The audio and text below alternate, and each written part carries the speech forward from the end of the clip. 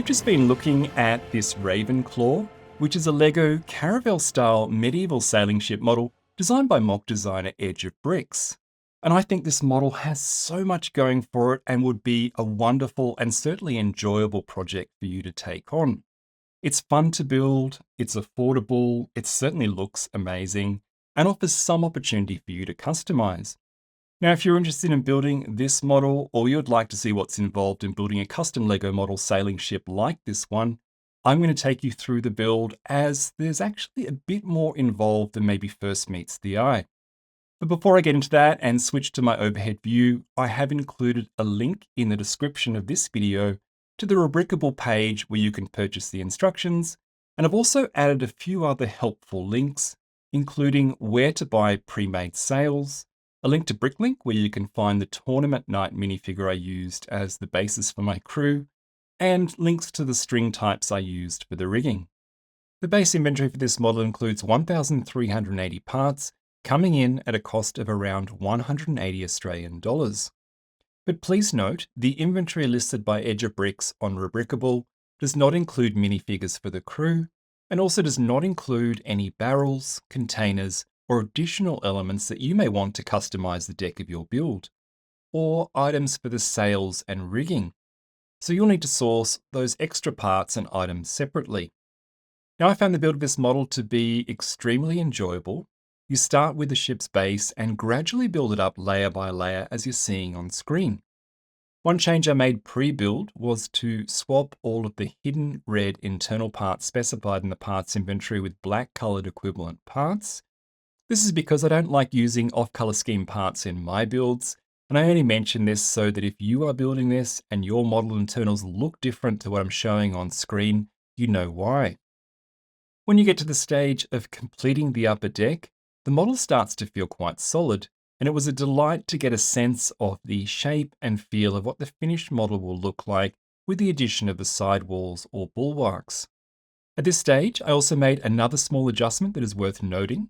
The instructions specify 3L and 4L rods for the top rails of the bulwarks, but for some of the longer rail sections along the side of the model, I used additional black 3mm tubing cut to length instead, as I found this gave a cleaner result and matches nicely with the tubing used at the bow of the model.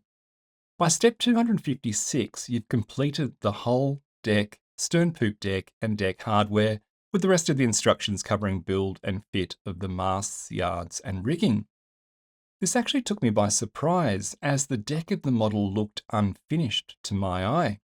That's because the instructions and parts list do not include the decorative elements shown in Edge of Bricks' photos of his own build of this model, like the barrels, containers, and other details.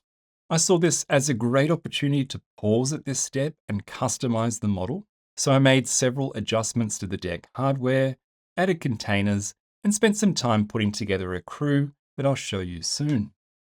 Onto the masts, yards, and rigging. The build of the LEGO built elements here was very straightforward, and I think they look great. As for the sails, I pre-purchased the set from the BrickSticker Shop in 2 different colors, and as you can see, they are pre-printed with the Raven emblem and look and feel fantastic. I decided to go with the light tan colored sail set, and instead of the peg connection method specified in the instructions to connect the sails to the yards, I used a pin and round tile method as I'm showing here.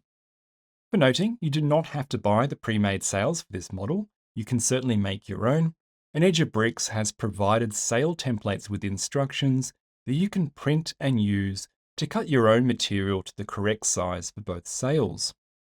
Now, I need to talk about preparing and fitting the rigging to this model, as in my mind this is the most challenging part of this build. Several lengths of string need to be cut to exact lengths for the mast stays, and then tied to LEGO connectors.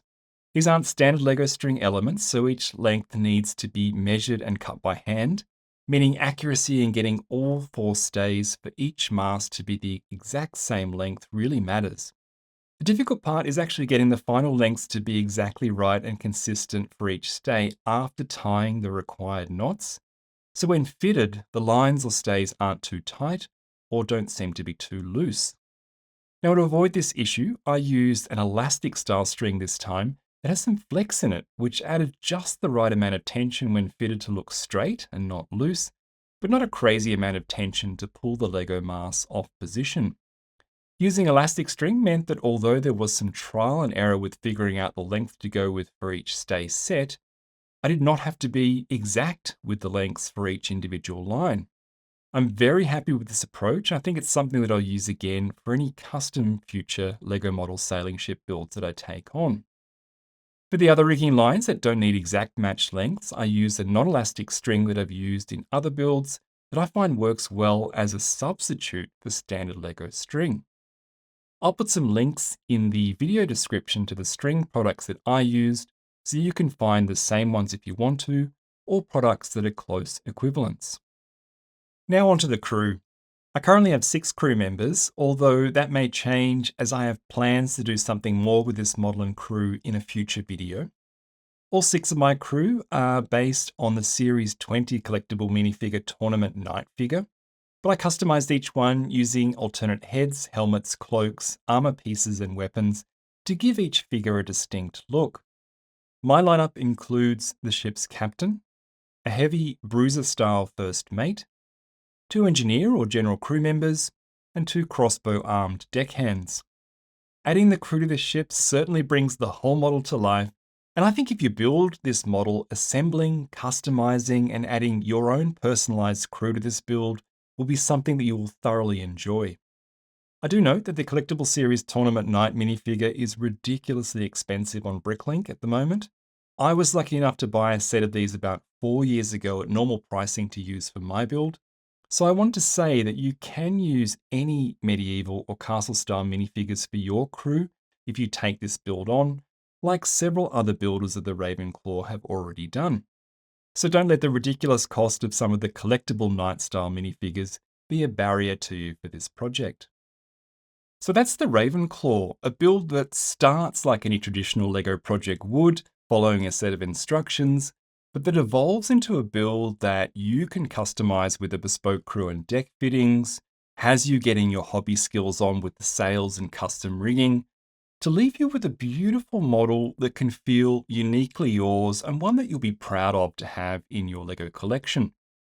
Now, before I go, I want to say a thank you to everyone who left welcome back messages and well wishes on my last video. I appreciate it. It means a lot. And it definitely motivates me to continue this YouTube journey.